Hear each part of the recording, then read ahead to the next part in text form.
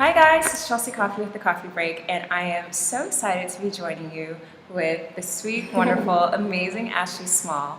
Ashley, I'm going to let you actually introduce yourself, but to give a little bit of background, she's really cool. We're technically like crashing into her little space that she has here at Summer Street Studios, and I say little, but it's actually really big and it's amazing. So anyway, if you get a chance, you should come up here. But Ashley, yeah, if you would just introduce yourself and tell them a little bit about what you do.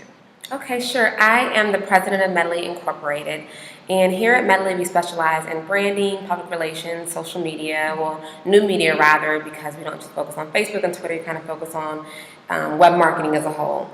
And so I would say my expertise is certainly public relations and digital marketing, so a combination of traditional PR and non-traditional PR. Yeah, and I actually think that's kind of cool because prior to actually sitting down with Ashley and hearing the full, list of everything that you guys do, it was kind of cool because I would see clients of hers on the news or featured on like different websites, and I was always kind of like, what is Medley Inc? What is this machine? Putting all these people out. So if nothing else, visibility is something that you guys have down packed. Thank you. Yeah, it's definitely working. Thank you. So the reason why I wanted to have Ashley on, and it's kind of cool because we have you here the very first week out of 2014, and part of it is actually kind of a funny story, so I'm going to backtrack a little bit. So there's someone named Marie Forleo. Have you ever heard of her?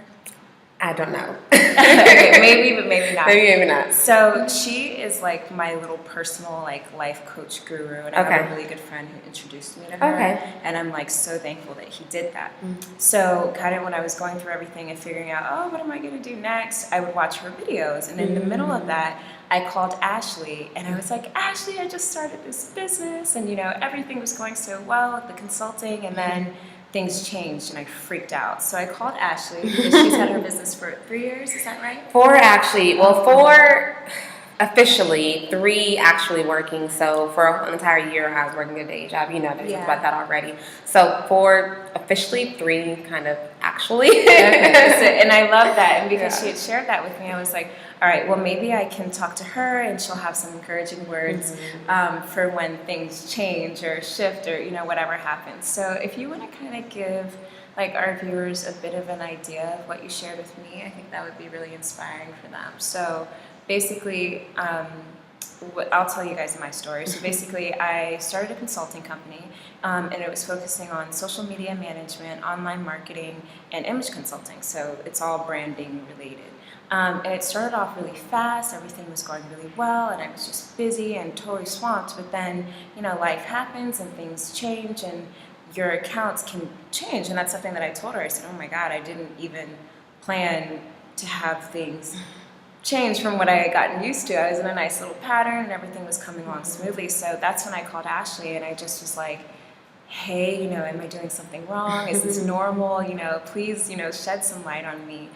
So you and Marie have been like my little it's okay. Good. So if you could kind of share, what you would recommend to people who, when they're first starting their business, I think that would be a great start. Okay. Well, probably my number one piece of advice is to create a business that's, I guess there's a demand for the industry or the service. I would never be the person to say, don't follow your passion, don't follow your dream. I think that's awesome. But I think where a lot of new business owners go wrong is that they have an idea, they know how creative we can be. We all know how great we can be creatively, but they haven't quite mapped out a profit strategy. And so I would say, thinking about what's relevant, what can be a need-based business now, 5 years from now, 10 years from now, and develop your kind of strategy around that. And so that would be the first thing. Something else that we talked about is just really grassroots marketing. I know when I started Medley, my rates were very, very reasonable, and I literally was going door to door myself and just kind of saying, hey, I know how to use Facebook for marketing. Do you have a boutique? I can put your pictures on Facebook every week. Very simple. And then once the client kind of built that familiarity with me and that confidence with me, I would then say, hey, well, I also know how to write a press release and do special events based on my background at previous jobs. And so just kind of being very, very grassroots in your business building.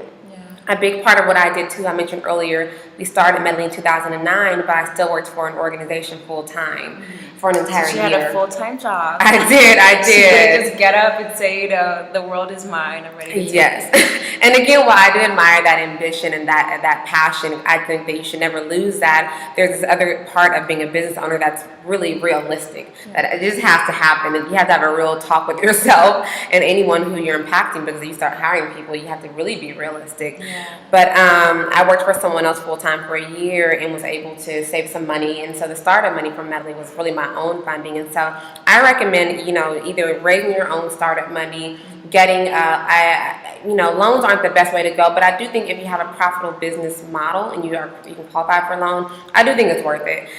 Grants even family members. I think 50% of business owners, when they first start, they either hire a family member or they borrow money. They have like a loan or something. So one of the two, and those are like the most successful business owners, because you do need that funding for everything from marketing material to office supplies to travel, because you want to be able to travel and pitch your business to other people. Right. And so I do recommend having some type of cushion, because it's one thing to deal with the day-to-day stress of running a business, but it's another thing to deal with that on top of a financial stress factor that comes into play.